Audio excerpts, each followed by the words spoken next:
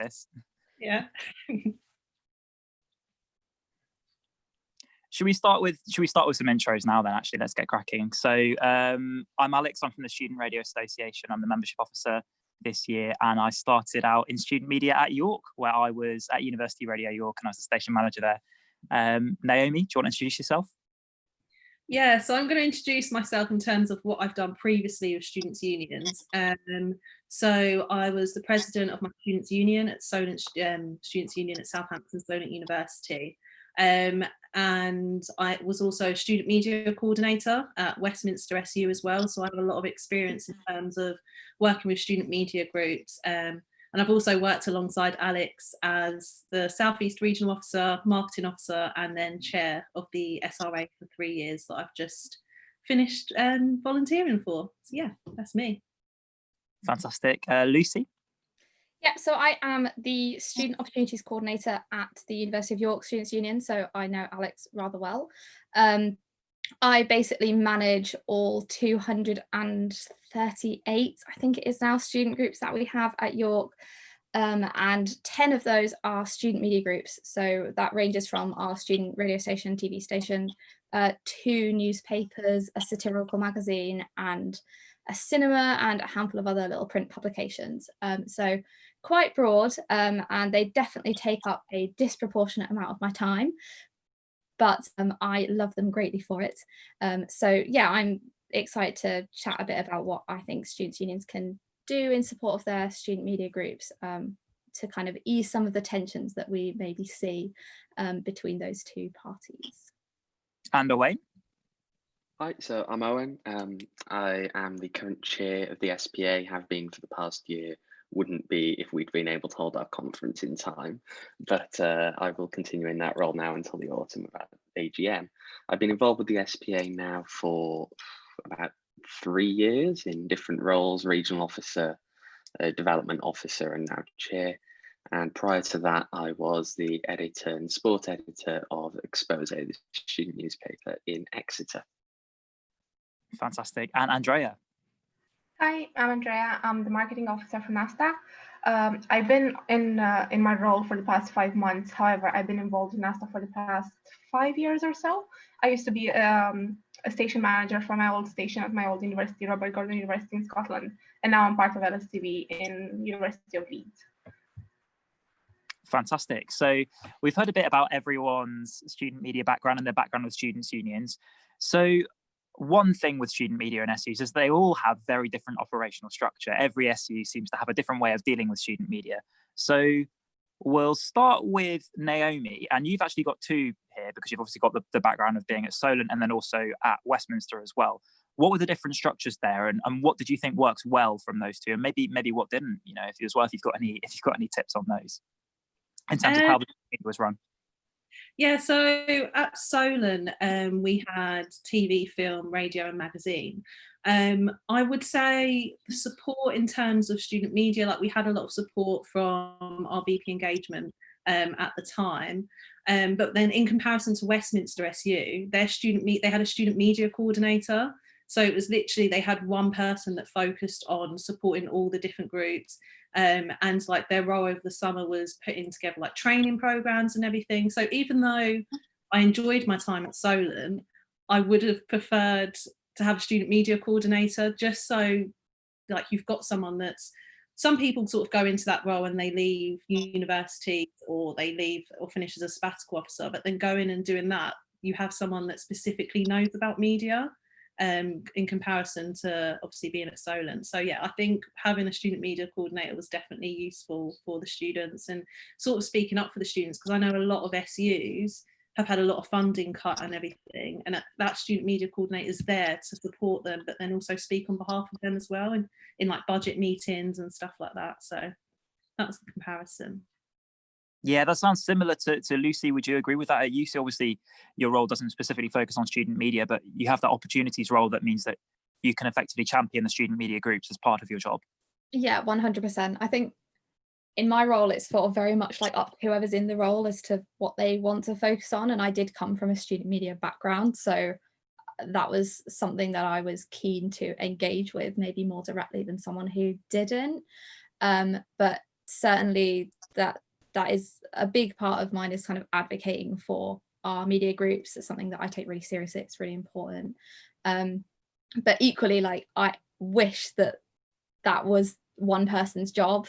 There's certainly enough work, and the amount that we would be able to do if that was possible would be amazing, but it's just not something that we're able to do within our budgets, within our resources, which is a shame. But I think that we make do with what we have, but definitely I think that would be the preferred option if it were available. Yeah, and obviously funding it is going to be tough for students' unions at the moment. We'll come on to that later, and how might best be dealt with in a student media capacity. But first, Owen, what was your experience with how student media was structured at Exeter? So that's an interesting one, because during my year as editor, we actually had a significant restructure of the Students' Guild.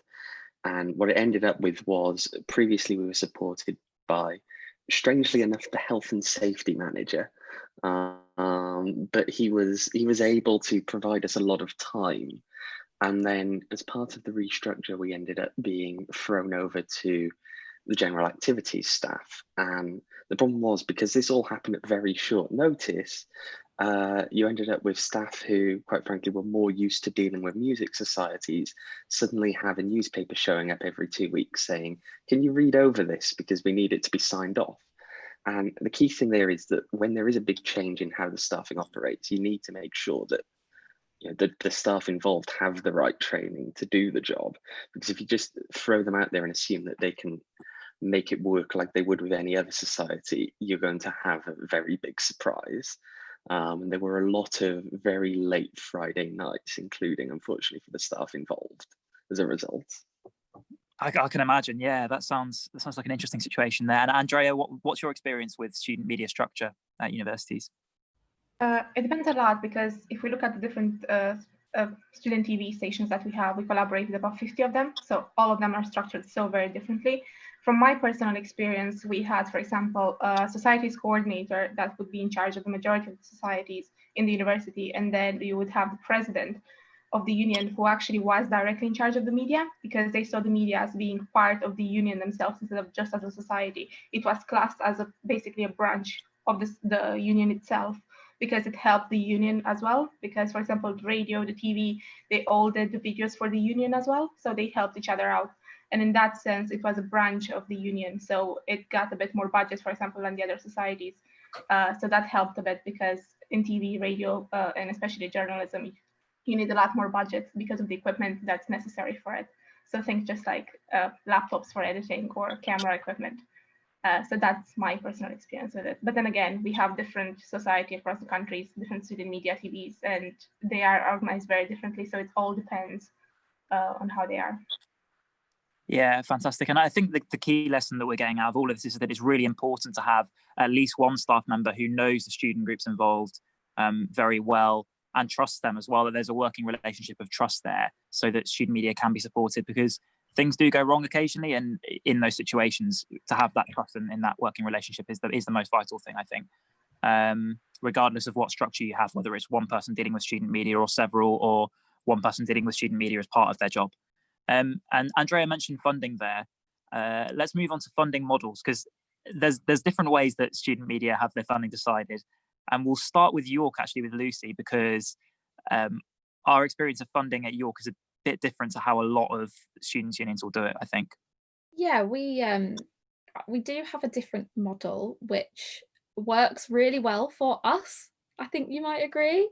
Yeah. We, a few years back, originally media groups were part of like societies. They were all just one thing. And a few years back, there was a split that meant that media groups became a kind of separate entity to societies. So they're two different groups.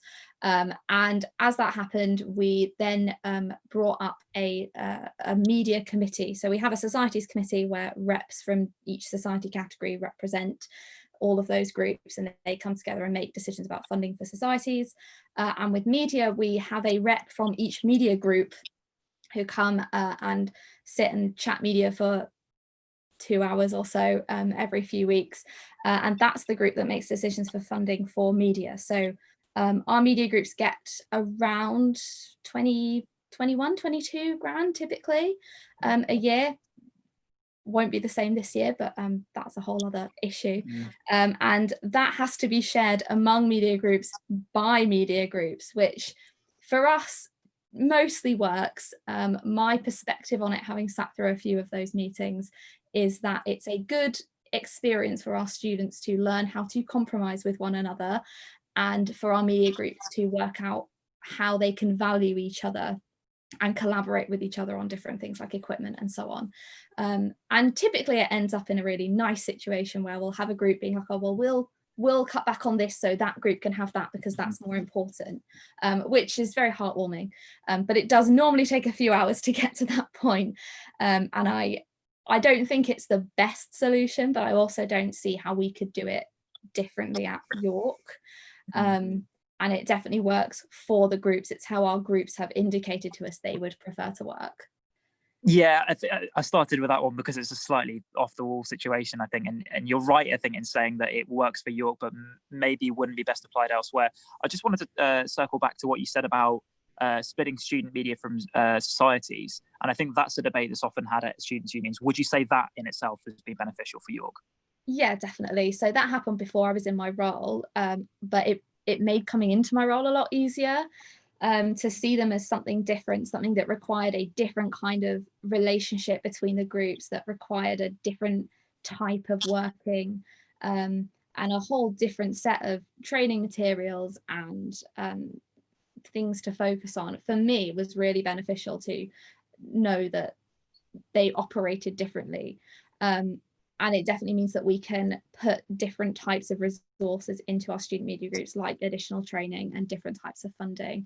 And the addition of Media Committee has made a huge difference in enabling groups to have a much more direct relationship with the union. So our Media Committee is chaired by our activities officer, and it means that they get a really regular direct line with the activities officer and also with me. I sit in on the meetings and take minutes and provide information. And that has been really beneficial, I think, from both perspectives, and is something I would genuinely really advocate for at other SUs, I think, because media groups do require a slightly different approach, in my experience. So at least when ours have been given that, they've really benefited from it, and so has the union, I think. Yeah, fantastic. Yeah, I'd agree with all of that, to be honest, from my experience at York. But let's move elsewhere, because I think York's very much an anomaly in that sense. So let's talk to Naomi. What was your experience with funding at Solent and at Westminster? So with Solent, they separated societies to student media, which was really useful. But then you didn't have someone there that sort of specialised in media like you would at Westminster in terms of like a sort of coordinator. So when I was a SAB, luckily there were, well, not luckily, but we got put forward to have a few cuts in terms of like radio and stuff. But in terms of having the experience, I sort of spoke up and said how important it was for them to have that support.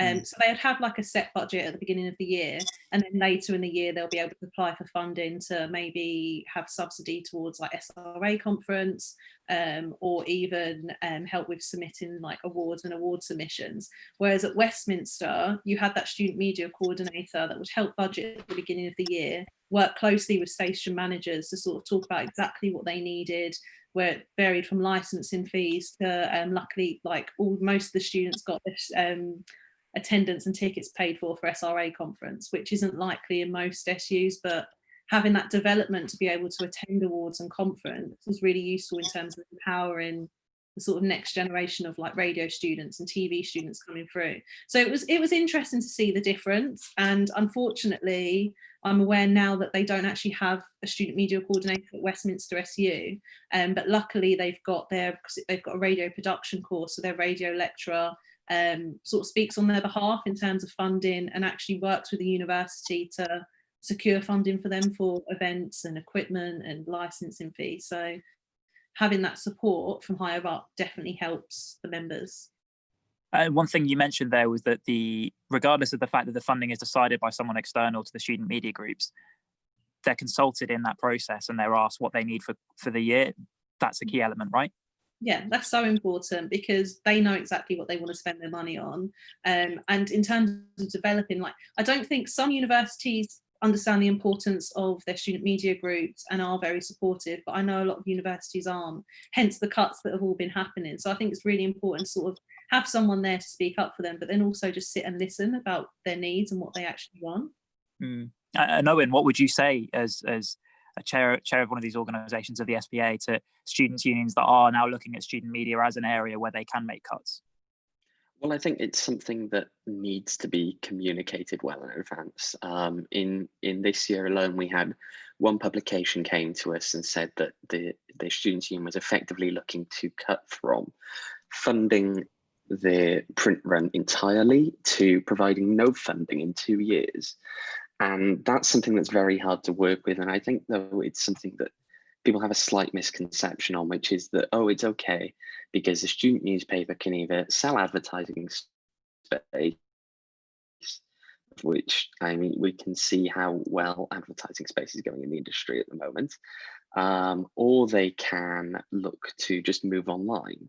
And while I think in the long run, we are going to see more student newspapers go online, that's not something that you can just turn to a student newspaper, which probably at this point is not well set up to do so, and say, oh, but you can just move this online, can't you?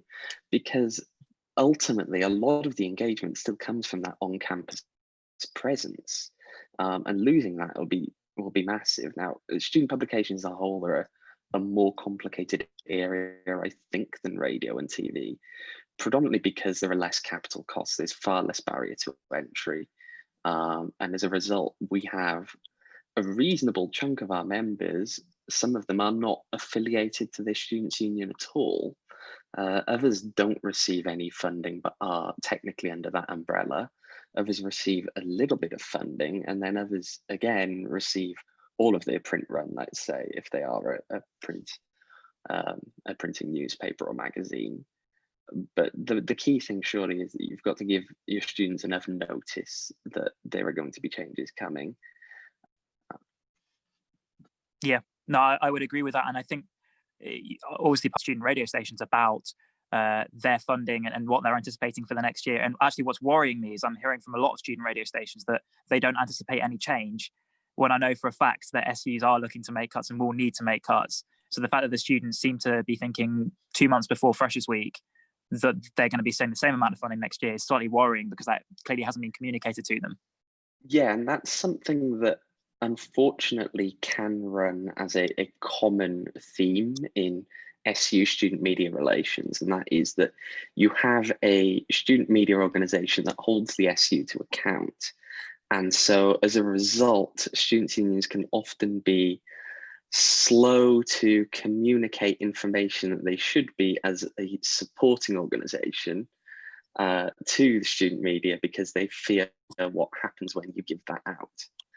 And as a result, it often results in a lack of communication between the SU as this pastoral support and financial support, and the student publication or of a student media outlet itself. Yeah, that's a really good point about coverage there, in terms of how the student media relationship works with the SU in terms of actually reporting on campus events. Andrea, what would you say in terms of the TV picture to students' unions that are looking to cut funding for TV stations, where in terms of budget, I mean, especially at York, it seems like the groups that probably need the most, really, I think. I would add, if that's the case where the SU have to cut the budget, is to at least try to find alternative funding for student media, especially when I'm talking about TV here. I know many societies of TV are actually supporting themselves through external projects. So they work with different kind of advertisers, or they work with different companies for external projects, little videos that they should do.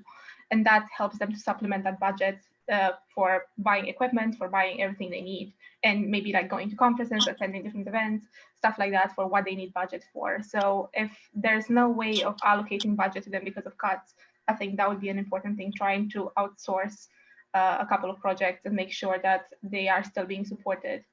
Because when it comes to student TV, without equipment, you can't really do student TV.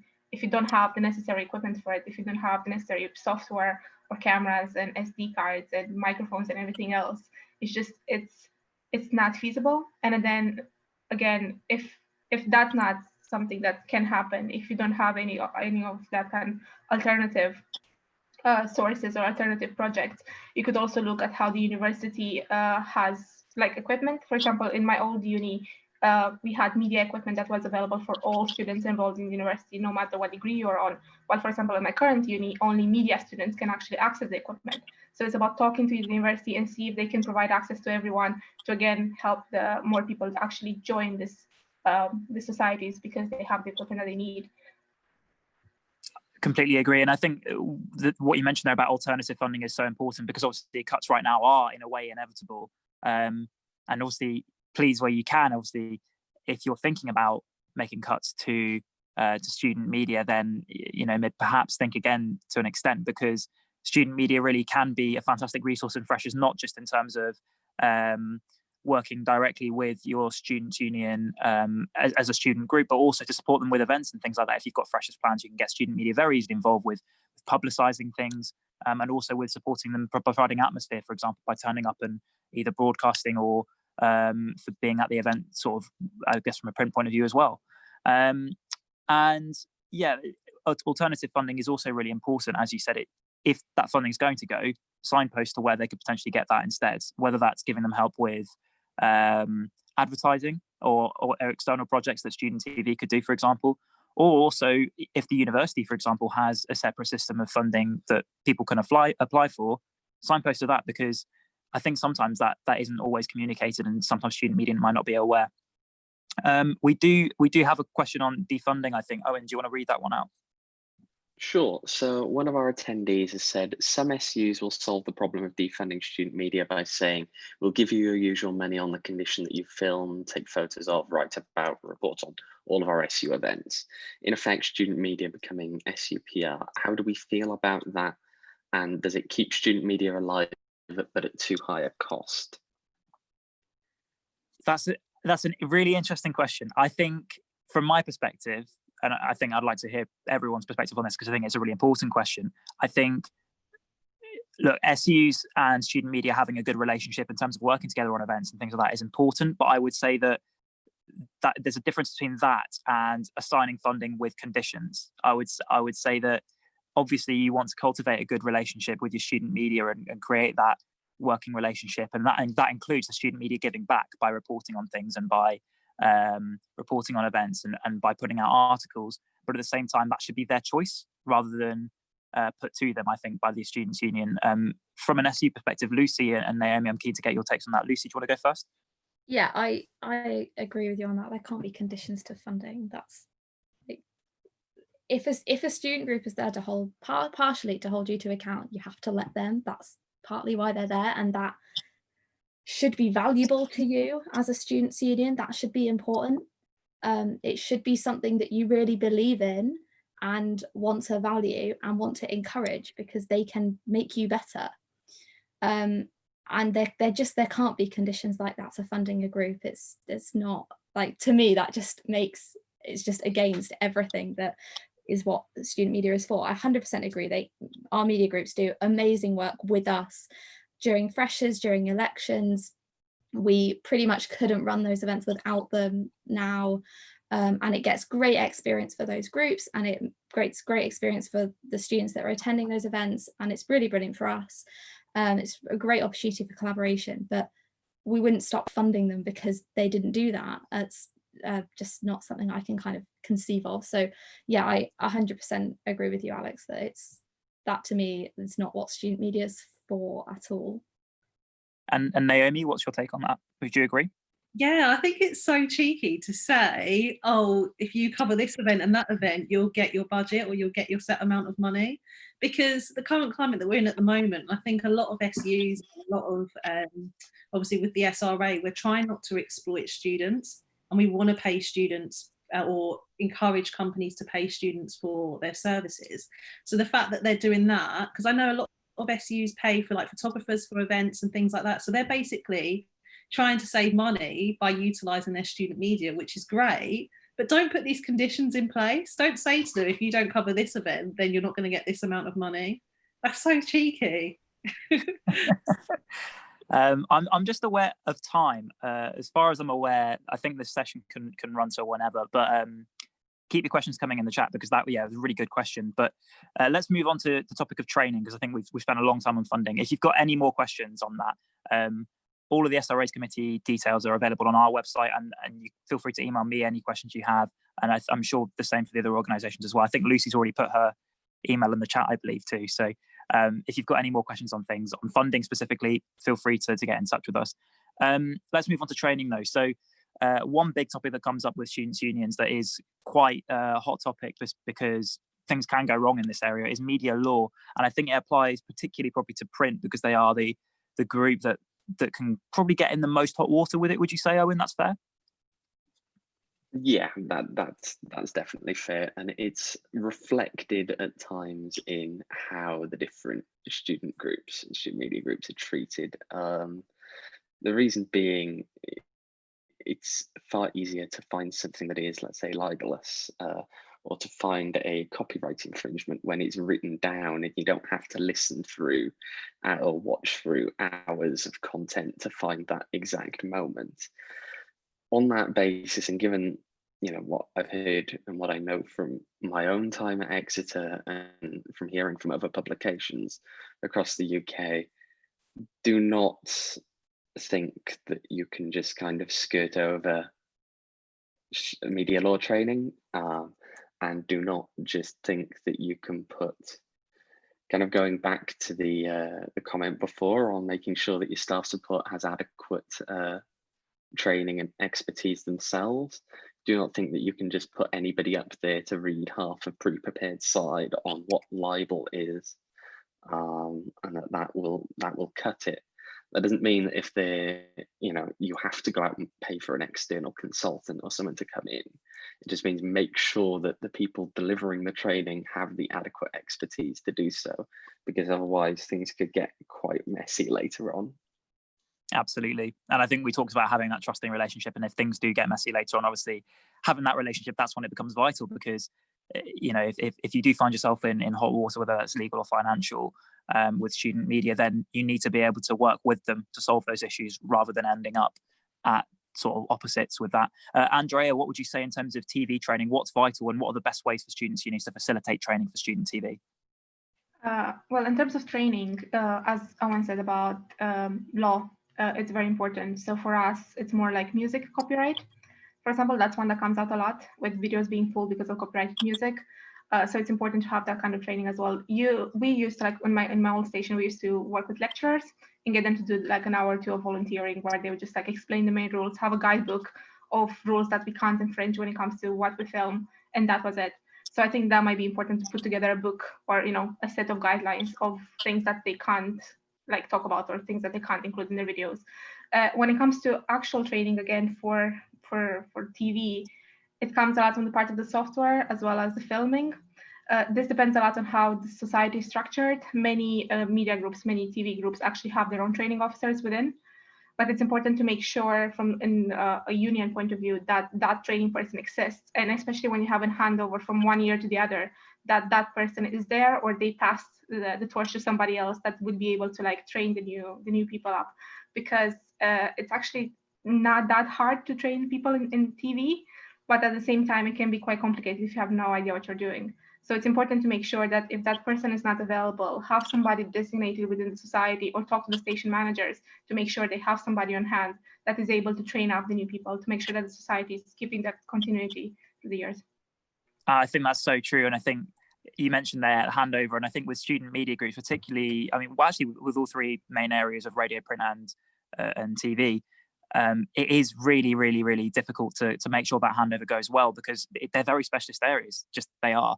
And if an SU can help facilitate that handover and make sure that when you get someone who's been really, really good and has been leading their group for a few years, when they leave, to make sure that they pass on that information to new students is so vital in keeping those groups going. Because I see it all the time where student radio stations will have one great committee come through, leave, and then the new committee come in, and they just don't have the know-how and the resources to be able to live up to the expectations that the previous group have set. So that's really important, I think, as well. As a really good point. Let's talk a bit about training for staff, because I think there's been a question in the chat about that. Lucy, what would you say from a staff point of view is really beneficial from training? So I should caveat with the fact that I don't do any checking of our print media outlets. That sits with middle managers and senior managers in particular circumstances. Used to be a part of the role that I hold, and when I came in, there was a kind of reshuffle, which I'm largely grateful for, if I'm honest. For training purposes, we bring in David Banks, who many of you probably have heard of, worked with. I can't recommend David Banks enough. He comes in and does training for our student groups on media law. It's a fantastic workshop, but that's also open to staff as well. So our SABs, or at least our activity SAB, will often go to that session, and that just helps them feel a bit more grounded in the understanding of those sorts of things as well, which is super, super helpful. I think as well, something that I found really helpful is speaking to my students about their groups. They are the experts. So Alex, you've provided me with all sorts of information about how URY actually works, which was more invaluable than anything I could have worked out by Googling or talking to other staff members. So for me, with media groups especially, just sitting down and asking them how they work and what specific support they would like from their SU can be more vital than anything else. What is it that they want to do over the next year, and how can I help them achieve that, has been really, really beneficial. And I say all of that again with a caveat that often enough I don't actually have as much time as I would like to dedicate to that sort of thing. But that is the kind of most valuable thing that I've found, rather than trying to find it out myself, actually going to the experts you've got in-house and finding out from them. Absolutely. Naomi, would you agree with that in terms of staff training? Yeah, I'm trying to think what we did when we were at Westminster. So we worked closely with station managers, and then station managers would then filter down. So then would ensure that the different areas and the different members had their training before obviously going on air or getting involved with like events and stuff. So yeah, it sort of filtered down, and it was sort of the trust that the student media coordinator would have with each station manager or editor. Absolutely, yeah. I think that consultation of students is definitely the key element now, I think, really, in terms of training, because they've had the experience in their groups. They know how it works at that university as well. It's really not the same everywhere. We have another question as well. Owen, do you want to read that one out? I think it's probably best directed to Lucy, I think. Lucy, I think you already answered that one, actually. Okay. It's on there, yeah. We had a question as well on editorial independence and when that's relevant. And I think Owen and Lucy, obviously, Lucy doesn't necessarily approve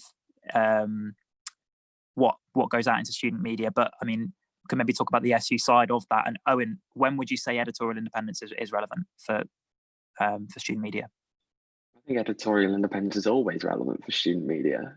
If you're not editorially independent, you might as well be paying them comms officer like salaries. At the end of the day, it's always going to be a difficult question, because in a democratic organization led by 20 somethings that are being dragged through the mud occasionally by student newspapers, and see their picture on the front page with headlines about scandals, they're not going to be happy about that. And when they have to sit down then and work on a budget, and cuts have to be made, it's always going to lead to questions. But at the end of the day, student journalists need to be free to cover what they have to, because otherwise, and this is a serious question, is are students' unions as democratic as they want to be if they're not allowing proper scrutiny by the student media? And I think the answer to that is they're not. They're failing in the democratic side if they attempt to censor student media and its coverage. Now, that isn't to say, of course, that they can't have processes in place which safeguard the SU. I mean, they have to legally protect themselves against legal challenges, because at the end of the day, it's not really the students on the line. It is the SU who are going to get in trouble if there's libel or any other form of legal trouble, let's say, coming out of their publications. But editorial independence is very important, and I don't think we can dismiss how important it is. Absolutely. I think it's probably more relevant for print than radio and TV. So I probably won't answer this one myself, but maybe Lucy wants to give an SU side of that sort of that question. Yeah, 100%. So at York, we have what we call a media charter, which for the record, I'm happy to send to anyone who would be interested in looking at it. All of our media group committee members have to sign that they've read and agreed to the charter. And it basically outlines a number of rules that they need to follow. And largely our media groups, our print media groups are kind of regulated in terms of we ask them to regulate themselves by the code of IPSO, although there is movement within our media committee to change that. And that's a largely democratic process. If they want to change the media charter, there's always a consultation and conversation about it. And basically, we would only question content that was legally problematic or had the potential to impact the welfare of a member of the students' union. That is a particularly contentious note in our article in our media charter, but by and large it works well. There is generally consultation around any pieces that there are questions around. We will go out to David Banks as a consultant and ask his opinion if there's any legal questions, and our students have access to him as well. So he remains kind of really nicely situated between the groups. And our aim is always to get the piece to publication. It's incredibly rare that we would pull any kind of piece. So the aim is always to work with the group to make sure that whatever they're trying to publish gets published. But yeah, we kind of regulate according to the charter, and yeah, it's incredibly rare that we ever have a situation where things do need to get pulled, and it's always done in collaboration. And yes, that does involve late nights, but you're absolutely right, Owen, like groups are there partly to hold us to account, and they have to be able to do that work, and we will sit and read through pages and pieces that criticize us, because they have to have the right to do that. And that's incredibly important, and it's the only way that it's one of the only ways that we can really understand what it is that students need from us. And the more that student media groups have access to being able to provide that, the more engagement we can have with the union that makes it more democratic. So it's incredibly important in that respect. Yeah, I think that's 100% correct on editorial independence from my outside perspective, looking at sort of print media, and it does in a way apply to radio and TV, I suppose, as well. We've covered a lot of training. All I'd say is as well, again, if you've got any more questions on training, the SRA, NASTA, SPA all offer training to our members. So get in touch with us if you've got any more questions on sort of training. And then obviously Lucy's already put her emails to the chat. So it's a bold move. If you've got any more questions on training from the SU side, I'm sure she can answer those. Alex. Let's talk about the big question I think at the moment for student media, which is how is it going to work next year, and especially in first term with social distancing. And yeah, how can SUs help with that? So, I mean, from my point of view, I think the number one question that SU should be asking is, does student media know about funding? Do they know the situation with that? But also, student media may have plans for returning to studios and to print rooms everywhere across the UK already, that the SU might not be aware of. Naomi, what would you say the most important things going into the next term for student unions working with student media? I'm trying to think. In terms of radio, because I know obviously Alex, you're doing a lot from home, it's sort of providing students the opportunity to be able to do stuff like that. So even like, I know the funding might not go towards events, but the funding can go towards equipment to be able to broadcast from home or broadcast from a safe sort of spot. I don't really know in terms of TV and magazine. I don't know how to answer that side of things, but I think, yeah, definitely trying to utilise the money in a different way if students aren't able to go back to university. Absolutely, I'd agree with that, and I also think just from an SRA point of view, whilst you raised there obviously the possibility of broadcasting from home with a home setup, I'll flex my mic there briefly, but in terms of that, the SRA do have plans to support all of our member stations in terms of getting back broadcasting in September. So that's something we're working with stations with. So again, feel free to reach out to us and reach out to your member stations and put them in touch with us if they're not already, because there are obviously always a few that fall through the cracks. Andrea, from a TV perspective, what's going to be important next term for TV? With TV, it's a bit more difficult because people can't really film outside unless there's regulations in terms, like from the union. I mean, in terms of what they can film, how they can film it outside. Not, I don't know if they have any kind of social distancing in place. In terms of TV, it's more difficult to broadcast from home. It's doable. Many stations have been doing that through the summer, through the lockdown, having different kind of like lockdown series where everyone films them home to put together the footage. But it's a lot more difficult than what they would normally do. It's not the standard. So yeah, I would agree with things, at least giving them access to software, because the software that are mostly used, like for example, Adobe, usually they have access within universities. At home, it's not as easy. So it's maybe if having that piece of budget that is allocated to student media, maybe get them access to home packages where they can use from home, so they can still access to like do some editing privately at home individually, each member, instead of completely shutting them out because they can't access the labs in the union or in the university, depending on how they're closed, open, and stuff like that. So it's just, yeah, shifting that kind of budget to help them produce something at home as well, and encourage them to keep doing content, because student TV doesn't die just because we can't be in university setting right now. Absolutely. And I think we'll move on to how else we can facilitate student media staying alive effectively in term one or semester one, depending on what your situation with the university, aside from doing content in a second as well. But first, Owen, for print groups, what do they need from their SUs in term one? Communication. I've already said it once, but I've probably said it a few more times than that. Communication is key at the end of the day. These groups, and thankfully, from a student newspaper or student magazine perspective, it is something that's easier to move online than it is to do a radio broadcast across the country or a TV broadcast, film videos. It's far easier to shift a newspaper or a magazine online. It just isn't something that you can turn around and go, oh, can you do it like on the very start of term? It's going to be a struggle.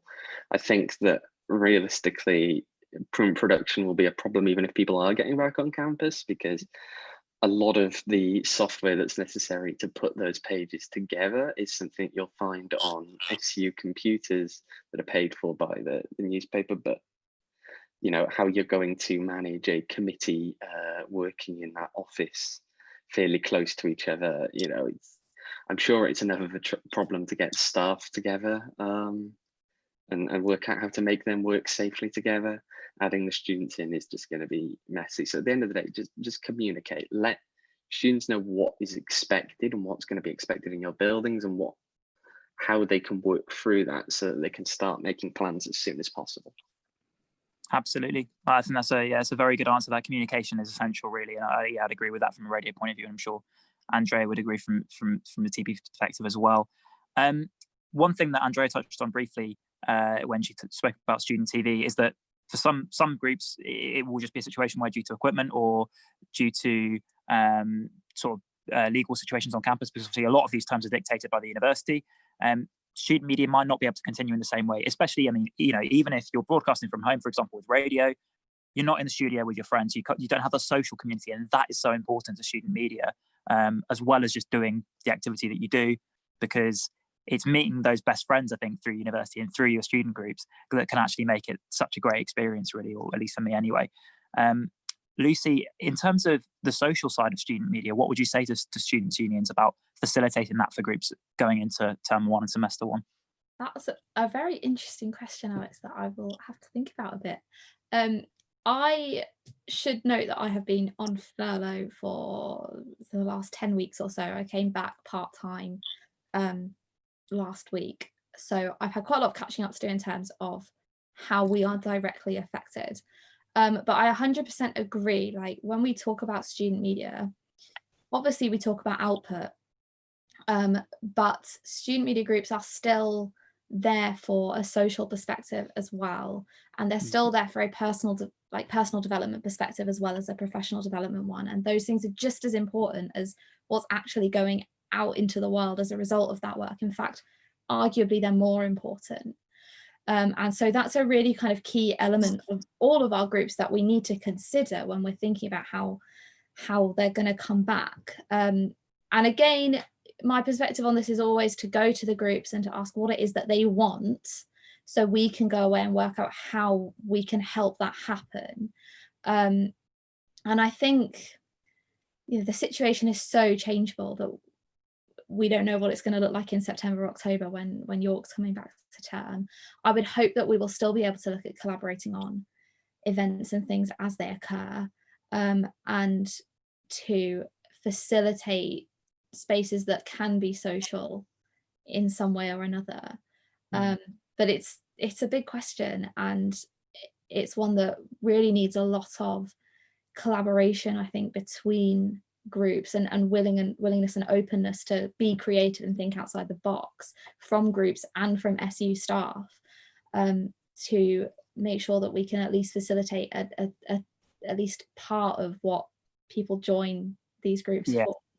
Not the most comprehensive answer, but it definitely has got to be a kind of two-way street where everyone listens to each other and works together to come up with solutions that actually work. I'd completely agree. Yeah, and it was a tough question. I thought when I wrote this down as well, I don't really have the perfect answer for this one, because you're never going to replicate that entire student experience of joining in term one or semester one and finding this new group, especially for freshers. That's going to be the really hard bit, is getting them feeling like they're involved with something when they join at the start of term, because there are plans for online teaching, but that student experience is going to be the really, really important thing in maintaining, for actually making sure that the people want to stick around at university, that you know, they see it as a fun thing that they want to go to and want to carry on for the duration of their course. Naomi, would you have any tips from that on a student union perspective in terms of creating those communities, despite the fact that things might have to be online or might have to be socially distanced? Yeah, so I'd say even setting up like Facebook groups or Facebook Messenger groups, having regular Zoom calls, because I've even spoken to people that have just graduated and wanting to get into radio, and it's just like, it's hard to network with people. So I think the most important thing is just email people and ask them if they want, obviously, or have a 15-minute sort of slot to sort of catch up, but building that community, especially within, I don't know, say like committees, having regular meetings and sort of having a Facebook chat or a Slack group to sort of keep that communication going. So students' unions and SABs, it's very important to sort of reach out to these student media groups and sort of ask them what support that they need. Yeah, I think, again, it comes back to communication, really, doesn't it? It's that, and I think in terms of student media working with SUs in term one and freshers, Lucy raised a really interesting point that actually then it may be possible to, for example, even collaborate on events still, depending on the picture, but that is still up in the air. I think, as you said, communication is the key. As the situation develops, let your student media know how things are looking for term one. We've had another question in as well, which I think is quite an interesting one. It says, what sort of students' problems do your organisations try to solve? And I'll speak from an SRA perspective for now, and then I'll pass on to Owen and Andrea. And I think from an SRA point of view, anything really, we are listening to our members at the moment, because it is a very difficult situation. We're happy to talk to them about anything, whether that's broadcasting from home, whether that's how they keep that social community going, any advice we've got as a committee, but also just the general questions as well about how they can work better with their SUs, how they can create better content. Really, it's any issues the student radio stations face and student radio members face, ones that we're looking to deal with, and really we're all about listening and hearing them from them, rather than just sort of assuming we know, I guess. Owen, what about the SPA in terms of what are your focuses for your organisation at the moment? So again, it's it's similar in terms of we have to worry about, you know, our students losing funding, or they're facing questions about censorship. And I think the biggest thing that we do, and the biggest role that we fill in that often, is just our students don't know outside of their own university what is normal. Okay, there is not a clear idea of how the working relationship should look like. And our role in that is not only, of course, when things get very bad, as we saw in Ireland just over a year ago with the University Times, who were facing a complete defunding campaign. You know, there is a time for lobbying from our side as well, but part of it is just increasing that communication so that people know, are the actions that their SU taking perhaps unreasonable, or are they not? Because that's something that's very hard to judge when you've only ever known one SU. Yep, that's very true. I think that wider perspective is really important. It was one of the things about going to student radio events for the first time, student radio conference, I remember at Norwich in 2018, I think, and realizing actually the way that student media works at York was completely different to everywhere else, and that everywhere was so different. Andrea, from an ASTA perspective, what are you looking to offer students at the moment? What are your key focuses? At the moment, we're really focusing on providing them with different opportunities in terms of, for example, jobs, providing them with like CV workshops or kind of like training, maybe sessions with different directors. We had this in the Opportunities Festival, just many opportunities for them to get involved, to see what student TV is about, how can it be changed, how can it be improved. And obviously when we have the yearly conference, that's when they get to actually network with each other, create content with each other collaboratively, and also understand how different universities work and how different student media work across the country. But at the same time, we also try to support them if they need help. And again, as you mentioned before, just try to listen to our members, what they need support with. We had, for example, when I was a station manager, I needed support from NASTA because the union was going to cut all our funding. So it was about trying to go back to them and explain to them, why do we need a space? Why do we need a special studio? Why do we need equipment? So it's just trying to give them with all the facts and provide them with all the support they need from every kind of point of view and perspective, basically. Absolutely. I think that's a great approach. And I think between the three of us, we probably summarise the overall picture. I think all of our organisations have very similar aims in terms of what we need to offer our members at the moment. I think we've got time for probably one more question before we sort of wrap up. And questions come in about concerns about losing that institutional knowledge over handover, which is something I mentioned briefly earlier. But I think from an SU perspective, it's quite a difficult question because obviously you need to rely on the students to pass on their knowledge, especially when people leave. I'm assuming that's from the perspective of when a student leaves rather than staff, but I guess it applies to both, to be honest. But yeah, Lucy and Naomi, Lucy, what do you think about that sort of handover process? How can SUs help make sure that knowledge gets passed on? That's a good question, because I don't think it's something that I facilitate enough, actually, largely because of time constraints more than anything else. But it is something I really try to encourage with my groups, that the handover is the most important part of that moment. The elections are one thing, but the handover is so crucial. And we have a number of kind of guidance documents that advise on how to do a solid handover, but they're very generic. And certainly when there's really kind of specifically required knowledge, like you get in a radio station or a TV station, that is really difficult. But equally, it is something that I think to an extent groups do need to take responsibility for themselves. We can't hold their hands through a handover process that we don't understand. As much as I would love to completely get my head around exactly how the radio station works, so I could provide support in that, it's not something I can dedicate my time to. So there is definitely a kind of balance. I can support if people have questions about how to manage that handover process, different ways to approach it. I can provide lots of help on that, but there is definitely an extent to which it is the group's responsibility to make sure that that knowledge is handed down.